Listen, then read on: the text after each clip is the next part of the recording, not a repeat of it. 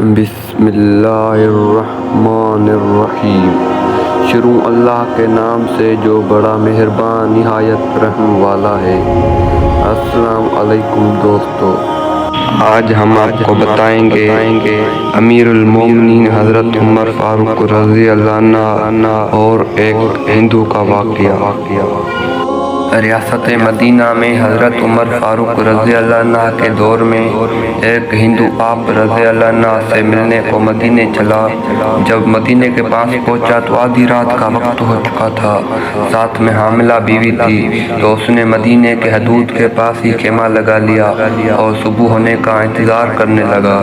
بیوی کا ولادت کا وقت قریب تھا تو وہ درد سہتے کرانے لگی۔ حضرت عمر فاروق رضی اللہ عنہ اپنے روز کے گشت پر تھے اور ساتھ میں ایک غلام تھا۔ جب آپ نے دیکھا تو دور شہر کے حدود کے پاس آگ جل رہی ہے اور خیمہ لگا ہوا ہے، تو آپ نے غلام کو بھیجا کہ معلوم کرو کون ہے۔ جب پوچھا تو اس نے ڈانٹ دیا کہ تمہیں کیوں بتاؤں۔ آپ خود گئے اور پوچھا تو بھی نہیں بتایا۔ آپ نے کہا اندر کرانے کی آواز آ رہی ہے، کوئی درد سے چیخ رہا ہے، بتاؤ بات کیا ہے۔ تو اس نے بتایا کہ میں امیر المومنین حضرت عمر فاروق رضی اللہ عنہ سے ملنے مدینے آیا ہوں، میں غریب ہوں، صبح مل کے چلا جاؤں گا، رات زیادہ ہے تو خیمہ لگایا ہے اور صبح ہونے کا انتظار کر رہا ہوں۔ بیوی امید سے ہے اور وقت آ پہنچا ہے۔ آپ جلدی سے پلٹ کر جانے لگے کہ ٹھہرو میں آتا ہوں۔ آپ اپنے گھر گئے اور فوراً اپنی زوجہ سے مخاطب ہوتے ہوئے کہا کہ تمہیں بہت بڑا اجر مل رہا ہے تو لے لو گی۔ زوجہ نے کہا کیوں نہیں۔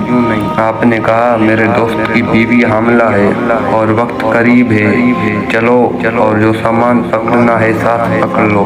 آپ کی بیوی گھی اور دانے پکڑ لیے۔ آپ لکڑیاں پکڑنے کا کہا۔ آپ نے لکڑیاں اپنے اوپر ڈال دی۔ جو وہ لوگ وہاں پہنچے تو اہلیہ فوراً کام میں لگ گئی۔ ہندو ایسے حکم چلاتا جیسے آپ شہر کے کوئی چوکی دارا غلام ہو۔ کبھی پانی مانگتا تو آپ ڈور سے پانی دیتے، کبھی پریشانی میں پوچھتا کہ تیرے بیوی کا کام آتا بھی ہے یا نہیں، تو آپ جواب دیتے جبکہ اس کو کیا علم کہ امیر المومنین حضرت عمر فاروق خود ہیں۔ جب اندر بچے کی ولادت ہوئی تو آپ کی زوجہ نے آواز لگائی امیر المومنین بیٹا ہوا ہے۔ امیر المومنین کی صدا سن کر اس ہندو کی تو جیسے پاؤں تلے زمین نکل گئی اور بے اختیار پوچھنے لگا کہ آپ ہی عمر امیر المومنین ہو؟ امیر المومنین ہیں، آپ عمر ہیں، وہی جس کے نام سے کیسر و کسر کانپتے ہیں۔